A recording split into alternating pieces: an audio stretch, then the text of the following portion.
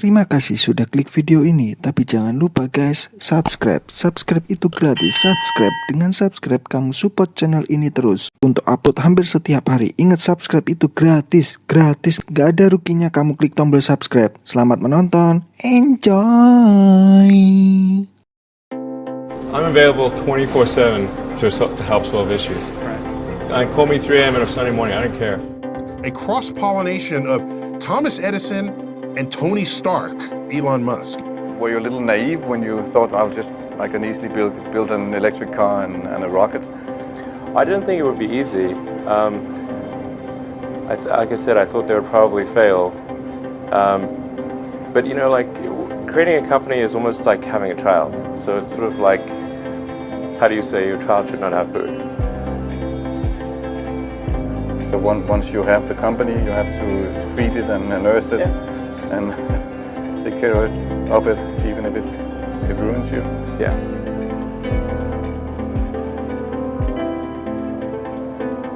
But suppose there were some tough times in 2008, end of 2008. How did you get through that period of crisis? Yeah. Can we just break for a second? Sure. No, of course. You want to wait a little while? Yeah, sure, but it was worth it. Sure, but it was worth it. It's everything. And I was borrowing money from friends to pay the rent. Well, I mean, Tesla really faced a severe threat of death due to the Model 3 production ramp. Essentially, the company was bleeding money like crazy, and just if we didn't solve these problems in a very short period of time, we would die, and it was extremely difficult to solve them. How close to death did you come? Within single-digit weeks. 22 hours a day, or how many hours? So basically sleeping in the factory. I worked everywhere I worked for the paint shop, general assembly, body shop. Do you ever worry about yourself imploding? Like it's just too much? Absolutely. No one should put this many hours into work. This is not good. People should not work this hard. They should not do this. This is very painful. Painful in what sense? It hurts my brain and my heart. Where do you come up with your best ideas? Are you on vacation, or are you kind of just like in the middle of the night you wake up and start drawing things down? Or? You know, sounds really cliche, but like the shower is probably like wake up and go to shower in the morning. And I think actually what's really happened is kind of stuff is percolated in the subconscious. Right. And it's not really occurring in the shower, but you're kind of getting the results of last night's computation, basically. Right. Whatever area that you get into, given that even if you're the best, there's always a chance of failure. So I think it's important that you really like whatever you're doing. If you don't like it, life is too short. I'd say, and also if you like what you're doing, you think about it even when you're not working. I mean, it's something that your mind is drawn to, and if you don't like it, you just really can't make it work, I think. When you had that third failure in a row, did you think, I need to pack this in? Never. Why not? I don't ever give up.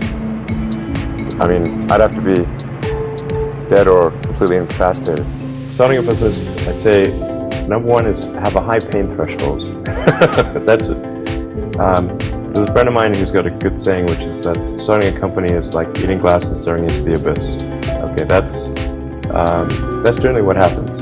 Because when you first start a company, there's lots of optimism and things are great. And then, so happiness at first is high. Then you encounter all sorts of issues, and happiness will steadily decline. And then you'll go through a whole world of hurt. And then eventually, if you succeed, and in most cases you will not succeed. And Tesla almost didn't succeed, came very close to failure. Then if you succeed, then after a long time, you will finally get back to happiness. I think too is you got to make sure that whatever you're doing is a great product or service. That it has to be really great. And I go back to what I was saying earlier, where if you're a new company, I mean, unless it's like some new industry or new market that if it's an untapped market, then you have more ability to. The standard is lower for your product or service. But if you're entering anything where there's an existing marketplace against large entrenched competitors, then your product or service needs to be much better than theirs. It can't be a little bit better, because then you put yourself in the shoes of the consumer, and they say, why would you buy it as a consumer? You're always going to buy the trusted brand unless there's a big difference. So a lot of times, entrepreneur will come up with something which is only slightly better, and it can't just be slightly better. It's got to be a lot better. Number 3, I'd say, is constantly seek criticism.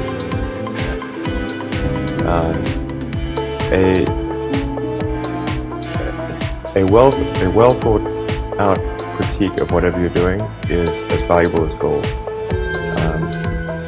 and you should seek that from everyone you can, but particularly your friends.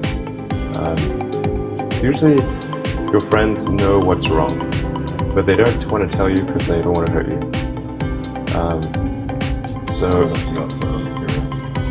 So they say, oh, I would encourage my friends, so I'm not going to tell him what I think is wrong with his product. It doesn't mean your friends are right, but very often they are right. And you at least want to listen very carefully to what they say. And to everyone, you're looking for, basically, you should take the approach that you're wrong. That you, the entrepreneur, are wrong. Your goal is to be less wrong.